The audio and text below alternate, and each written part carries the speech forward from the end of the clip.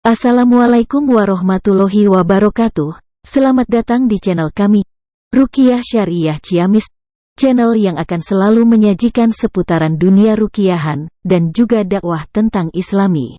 Sebelum lanjut ke tayangan videonya, silahkan klik dulu tombol like dan subscribe agar Anda menonton menjadi berkah.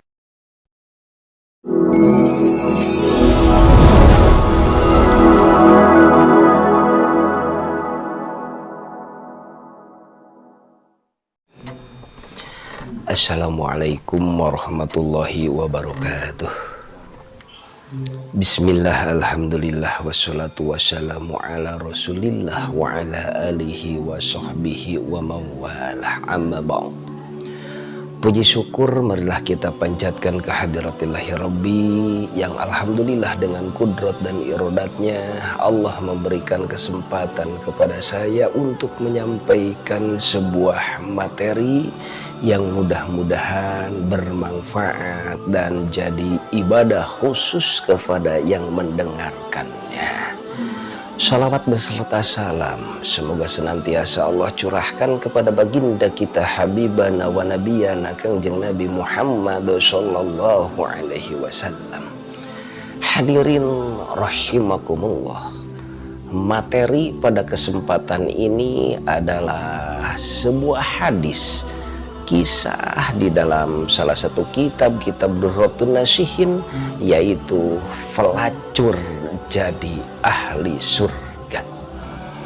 Hadirin rahimakumullah, di salah satu tempat ada seorang wanita yang berparas wajah cantik luar biasa, yang berbodi aduhai, sehingga apabila seorang laki-laki melihat kepada wanita tersebut, hampir kerata-rataan terpesona dan tertarik sama wanita tersebut.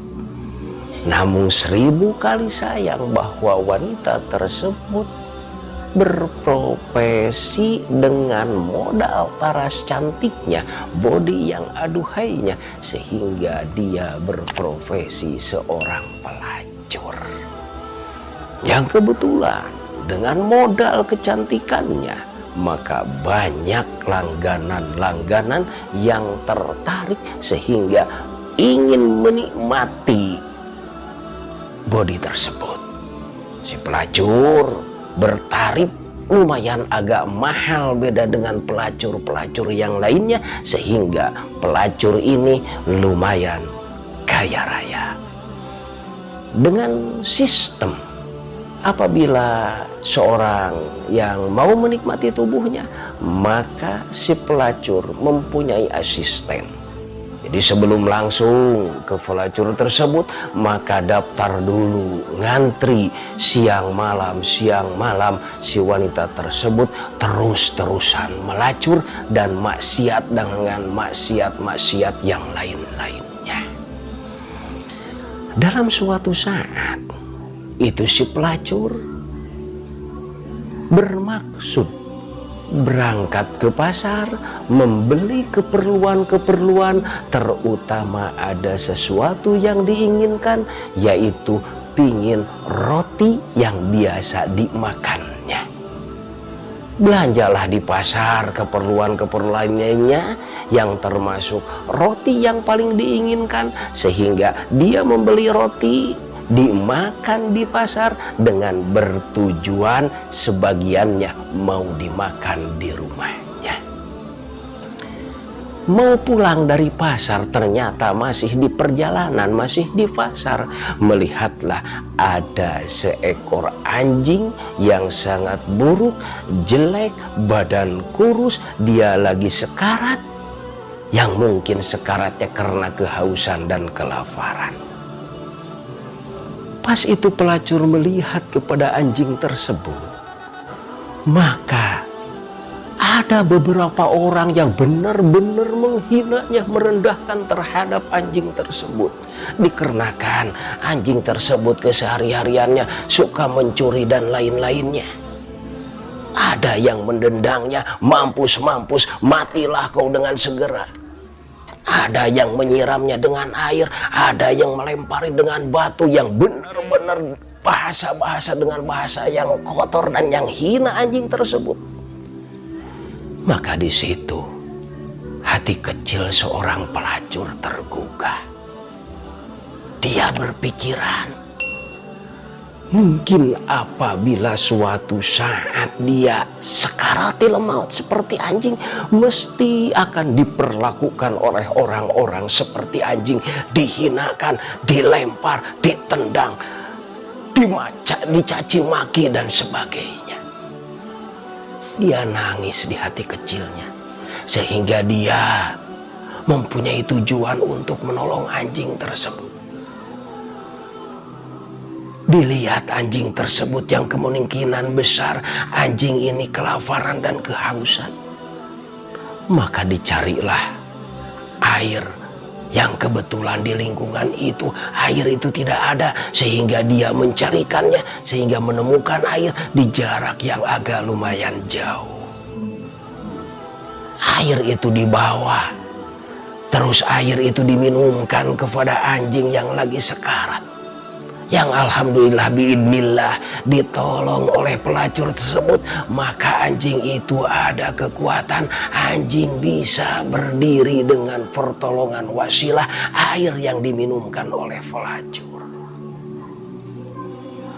Setelah air minum, maka dia nggak ada tenaga, belum bisa berjalan. Berpikirkan itu seorang pelacur bahwa mesti anjing itu kelaparan, tenaganya dari makanan. Maka dia kasihkanlah makan, sehingga anjing gak mau makan dengan makanan yang itu. Dikasihkanlah makan yang lain, dikasihkan makan yang lain, dia gak mau makan. Yang ternyata dikasih roti yang kesukaan dia, maka anjingnya itu makan roti.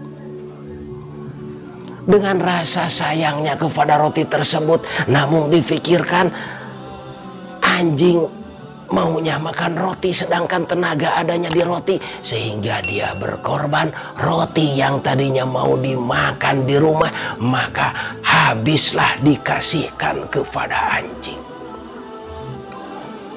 Maka alhamdulillah dengan biidznillah anjing tersebut sudah menghabiskan roti, sehingga anjing tersebut diberi kekuatan, anjing bisa berjalan, anjing meninggalkan si pelacur tersebut.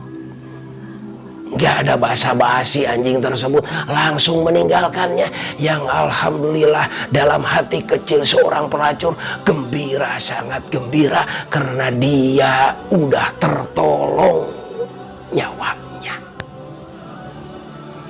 Setelah kejadian tersebut dia pulang, malah langsung terbayang dengan kejadian seekor anjing.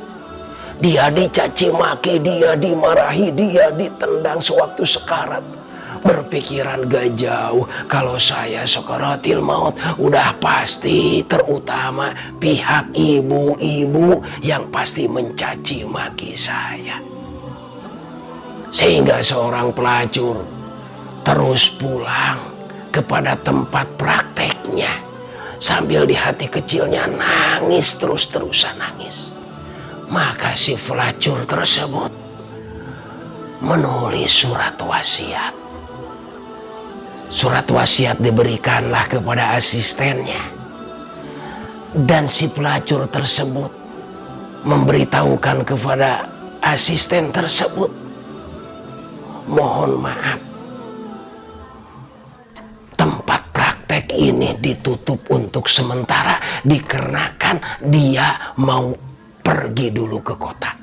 Dia bilangnya seperti itu. Maka asistennya nurut, sehingga dengan beberapa saat banyak para pelanggan yang menanyakan di mana yang biasa dinikmati oleh dia. Maka itu asisten membicarakan dia lagi di luar kota. Nah, di suatu saat yang padahal keluar kotanya dia mau hijrah, tempatnya kan agak lumayan banyak, rumahnya agak lumayan banyak, tanahnya begitu juga. Nah, sehingga dia menyepi dengan sendiri di rumah tertentu, di rumah kosong. Dia benar-benar munajat kepada Allah. Dia memikirkan terhadap kejadian-kejadian tersebut. Maka dia benar-benar minta ampunan kepada Allah. Dia mengunci diri di kamar itu sendiri. Dia minta ampunan kepada Allah benar-benar dengan taubatan nasuha. Dengan 3 syarat. Yang pertama, merasa rumasa bahwa dia itu bersalah. Yang kedua, merasa menyesal dengan kesalahan-kesalahan tersebut. Dan yang ketiga, tidak akan diulangi lagi terhadap kesalahan tersebut. Dia mempunyai benar-benar iktikad berhenti untuk melacurnya dan berhenti dari maksiat-maksiat yang lainnya. Waktu-waktu siang, sore, malam dihabiskan minta ampunan kepada Allah. Dia terus-terusan walaupun dulu belum pernah baca Quran, dia baca Quran. Dia nggak mau sholat, sekarang terus-terusan sholat. Minta ampunan, benar-benar minta ampunan kepada Allah. Dan berhenti untuk melacurnya. Di pertengahan munajat kepada Allah, dengan minta ampunan kepada Allah, Allah menakdirkan kepada seorang pelacur sehingga dijemputlah oleh malaikatul maut. Maka sang pelacur itu inna lillahi wa inna ilaihi rojiun tanpa sepengetahuan siapapun. Sehingga 1 hari, 2 hari, 3 hari terciumlah bau busuk bangkai seorang pelacur. Langganan-langganan di tempat sana mencari kemana perginya, yang ternyata di lingkungan sini mencium bau bangkai. Bangkai apa ini? Ternyata ditelusuri sumber bangkai tersebut ada di salah satu rumah pelacur. Dibongkarlah pintu rumah tersebut. Ternyata benar bahwa bangkai pelacur itu sumbernya bau busuknya dari bangkai pelacur. Maka setelah diketahui bahwa bangkai tersebut bangkai pelacur, malah badannya udah rusak dikarenakan banyak belatung dan banyak lalat-lalatnya, sehingga mengumpulkan massa. Dengan sekejap massa itu mengumpul dan melihat terhadap bangkai tersebut. Diteliti, ternyata bangkai tersebut benar-benar seorang pelacur. Maka dengan dihinakannya, mati, mampus. Benar ibu-ibu yang mencaci maki, biarlah dia mampus dikarenakan seorang pelacur ini. Maka dikuburkannya enggak seperti dikuburkan yang sempurna. Tidak dimandikan, tidak disolatkan, malah dibungkus seala kadarnya. Langsung si pelacur itu dikuburkannya. Maka udah beberapa lama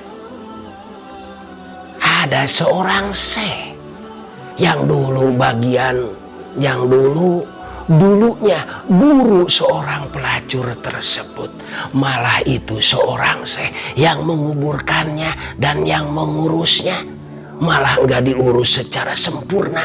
Di suatu malam itu syekh munajat kepada Allah, minta kepada Allah, pengen diketemukan dengan seorang pelacur dengan bertujuan pengen tahu disiksa bagaimana oleh Allah seorang pelacur tersebut. Malah dengan mati mengenaskan, Allah menyiksanya bagaimana kepada pelacur tersebut. Syekh itu sholat 2 rakaat, sholat tobat, sholat 2 rakaat, sholat hajat, memintakanlah kepada Allah untuk mengetahui siksaan bagaimana seorang pelacur disiksanya oleh Allah. Maka Allah mengabulkan kepada Syekh tersebut. Syekh tidur langsung bermimpi seolah-olah sudah terjadi kiamat.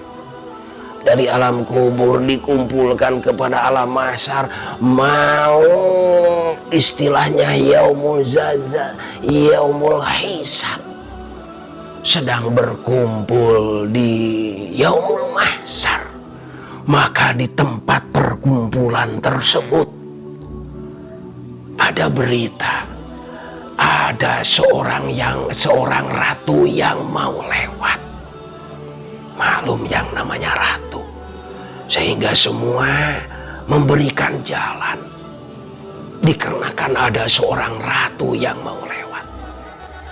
Yang pas kebetulan Syekh tersebut ada di pinggir jalan. Semuanya memberikan jalan, maka kelihatan lumayan agak jauh seorang ratu itu menunggang kuda putih. Kelihatan mendekat, pas di hadapan Syekh. Maka ratu tersebut berhenti lalu bertanya, "Ya Syekh." Syekh tersebut benar-benar kaget. "Loh, kenapa itu ratu tahu kepada saya?" Maka itu ratu membeberkan. Itu Syekh itu nanyakan, "Kamu siapa? Ratu dari mana?" Sehingga seorang ratu itu membeberkan bahwa saya dulunya murid Syekh. Dia berbicara bahwa nama saya A. Sehingga dia kenal, "Apakah kamu yang dulu melacur?" "Iya Syekh." Maka Syekh itu bertanya kepada seorang pelacur, "Apa yang menjadi sebab kamu menjadi seorang ratu diangkat harkat derajat oleh Allah Subhanahu wa Ta'ala?" "Karena saya benar-benar minta ampunan kepada Allah tanpa sepengetahuan orang lain. Saya benar-benar merasa penyesalan tidak akan melaksanakan pelacuran tersebut, sehingga Allah mematikan saya dalam keadaan munajat kepada Allah tanpa sepengetahuan orang lain. Alhamdulillah dosa-dosa saya diampuni oleh Allah." Allah mengampuni semua dosa pelacur tersebut.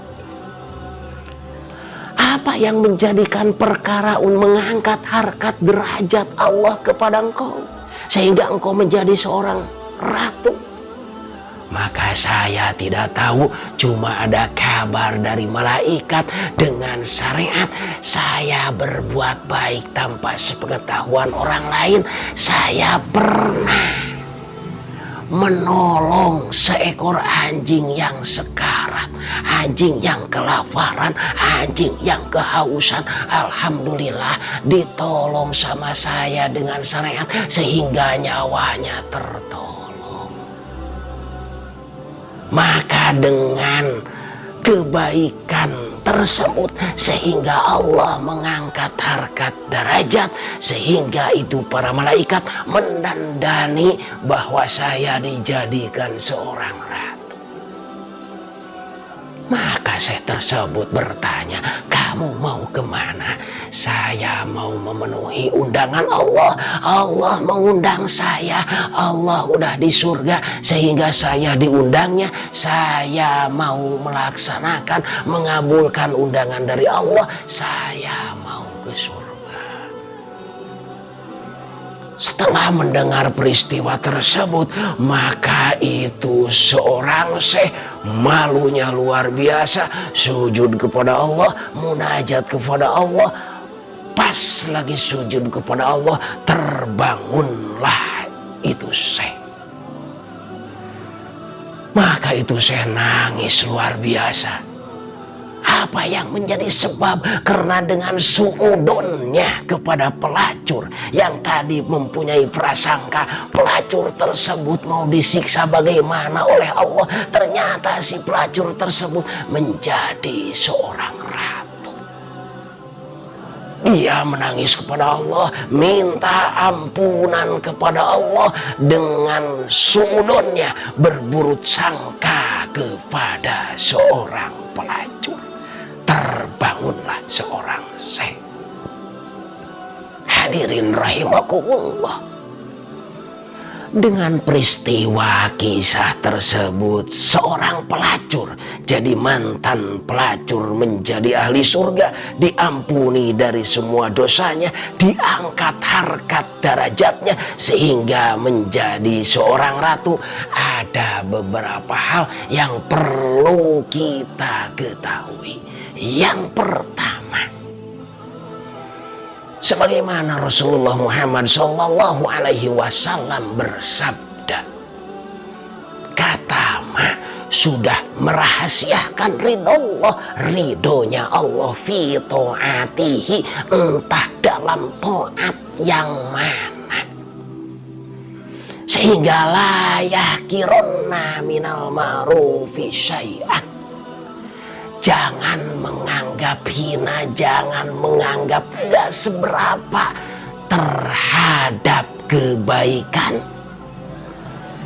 Yang mungkin kadang kebaikan yang kadang dianggap hina, ternyata ada ridhonya Allah. Maka disitulah Allah menjamin kepada kita akan dijadikan ahli surga. Apa yang menjadi sebab Allah merahasiakan ridhonya Allah ada dalam taatnya? Supaya kita jangan pilih-pilih untuk berbuat kebaikan. Walaupun itu kebaikan dianggap hina, dianggap tidak seberapa oleh orang lain, ternyata apabila ada ridhonya Allah, itulah yang mengangkat harkat derajat. Dengan buktinya seorang pelacur yang hanya ngasih minum, ngasih makan, yang maksiat tiap hari, dengan pemaksiatnya dihapuskan, ternyata dengan wasilah barokah berbuat baik kepada seekor anjing, sehingga itu seorang pelacur dijadikan ratu ahli jannah, ahli surga. Itu yang pertama. Jangan pilih-pilih untuk berbuat kebaikan walaupun dipandang, dianggap hina gak seberapa. Maka apabila kita ada kesempatan, laksanakanlah kebaikan tersebut. Dan jangan pandang bulu apabila kita berbuat kebaikan. Jangan hanya kepada orang-orang tertentu. Apakah hanya kepada orang muslim? Maaf, walaupun kepada non-muslim, dengan catatan kafir mah bukan kafir, musuh, kita berbuat baik, insya Allah Allah akan membalas kebaikan tersebut. Apa yang menjadi sebab? Jangankan kepada manusia, kepada seekor anjing, hewan yang najis itu dijadikan ahli surga. Apalagi kita berbuat baik kepada manusia ataupun kepada sesama makhluk Allah. Dan yang kedua, berbuat baik tersebut, awas, jangan sampai selalu diketahui oleh orang lain. Itu buktinya pelacur. Dia mau pulang melihat anjing yang sekarat. Dia tidak memviralkan sehingga punya inisiatif sendiri, tidak mau dilihat sama orang. Sehingga dia mencarikanlah air, mencarikanlah makanan, menolong anjing yang sekarat, tidak diketahui sama orang lain, sehingga ternyata ada ridhonya Allah. Maka itu menjadi kebaikan yang luar biasa, dijamin jadi ahli surga, dikarenakan tidak selalu dilihat, diketahui oleh orang lain. Malah kadang efeknya apabila kita bukan berarti tidak boleh berbuat baik diketahui orang, bukan, itu tergantung niatnya. Fastabiqul khairat, berlomba-lomba dalam kebaikan, cuma ada efeknya apabila kita tidak bisa memagar hati, maka dengan dilihatlah sama orang timbul pujian, enggak sedikit dengan amalan sehingga menimbulkan takabur, menghapus amalan-amalan yang udah diterima. Jadi yang kedua, berbuat kebaikan jangan selalu ketahuan oleh orang lain, itu tergantung niatnya. Dan yang ketiga, melaksanakan kebaikan harus diiringi dengan keikhlasan. Itu yang paling utama. Apa yang menjadi sebab Rasulullah Muhammad Sallallahu Alaihi Wasallam bersabda, dan sudah dicantumkan oleh Allah Subhanahu wa Ta'ala dalam Al-Quran, wa ma umiru illa liya'budullaha mukhlisina lahuddin. Wa ma umiru, dan tidak merintahkan kepada kamu sekalian, illa liya'budu, kecuali kamu harus beribadah kepada Allah, mukhlisina lahuddin, harus diiringi dengan keikhlasan. Al-ikhlasu ruhul ibadah, ikhlas itu merupakan ruhnya ibadah. Rasulullah Muhammad Sallallahu Alaihi Wasallam bersabda, "An-nasu halkan illa bil iman." Semua manusia itu akan rusak kecuali dengan keimanan. Al-imanu halkan illa bil ilmi. Iman itu akan rusak apabila tidak diiringi dengan ilmunya. Iman dan ilmu itu akan rusak apabila kita tidak diiringi dengan amal. Ilmu, iman, amal itu akan rusak apabila tidak diiringi dengan keikhlasan. Jadi al-ikhlasu ruhul ibadah, ikhlas merupakan ruhnya dari ibadah. Wa ma umiru illa liya'budullaha mukhlisina lahuddin, iringi dengan keikhlasan, iringi dengan keikhlasan.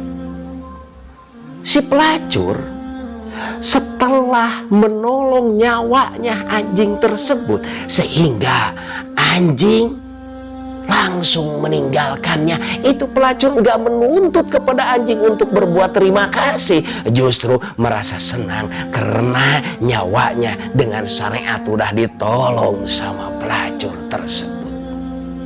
Enggak mengharapkan jasa dari anjing, enggak, anjing pergi, alhamdulillah. Itu pelacur diiringi dengan keikhlasan. Yang selanjutnya, kita minta ampunan kepada Allah walaupun enggak diketahui sama orang lain. Malah minta ampunan kepada Allah, munajat kepada Allah, jangan selalu diketahui, dilihat, disaksikan pada orang lain. Dengan bukti si pelacur tersebut minta ampunan kepada Allah, dia pergi ke salah satu tempat rumahnya tanpa sepengetahuan, Allah menakdirkan kepada seorang pelacur meninggal tanpa sepengetahuan oleh orang lain. Jadi yang seterusnya, awas kita jangan ghibah, selalu menceritakan kejelekan orang. Apabila seseorang telah bertobat kepada Allah, terus diperbincangkan, itu akan jadi masalah. Kita menceritakan kejelekan orang lain, ternyata itu tidak sesuai, tidak ada faktanya, maka itu bisa jadi timbul fitnah. Al fitnatu asyadu minal qatl, bahwa fitnah itu lebih kejam daripada pembunuhan. Si pelacur tersebut dengan keunggulan tadi memberikan surat wasiat yang dititipkan kepada asistennya. Dengan hebohnya pelacur itu sudah meninggal, maka surat wasiat oleh asistennya dibuka. Ternyata apa isi surat wasiat tersebut? Ternyata semua harta-harta dari penghasilan pelacur diwakafkan kepada seorang syekh yang mimpi ketemu pelacur. Itu yang sangat mengharukan. Itu yang tadinya tidak tahu surat wasiat apa.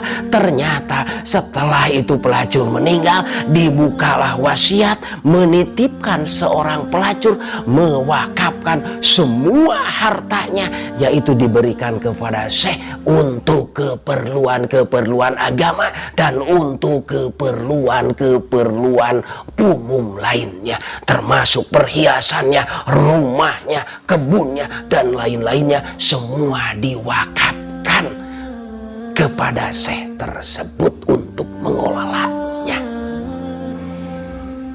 Hadirin rahimakumullah, dalam kisah tersebut, awas jangan kita merasa benar sendiri. Belum tentu di hadapan Allah, belum tentu di hadapan Allah kita benar. Makanya kita harus apik dan jangan sampai menghinakan seseorang. Belum tentu orang yang dihinakan oleh kita dia lebih mulia di hadapan Allah. Jauh bahwa kita lebih hina di hadapan Allah daripada orang yang dihina. Rupanya dalam kisah tersebut dicukupkan sekian.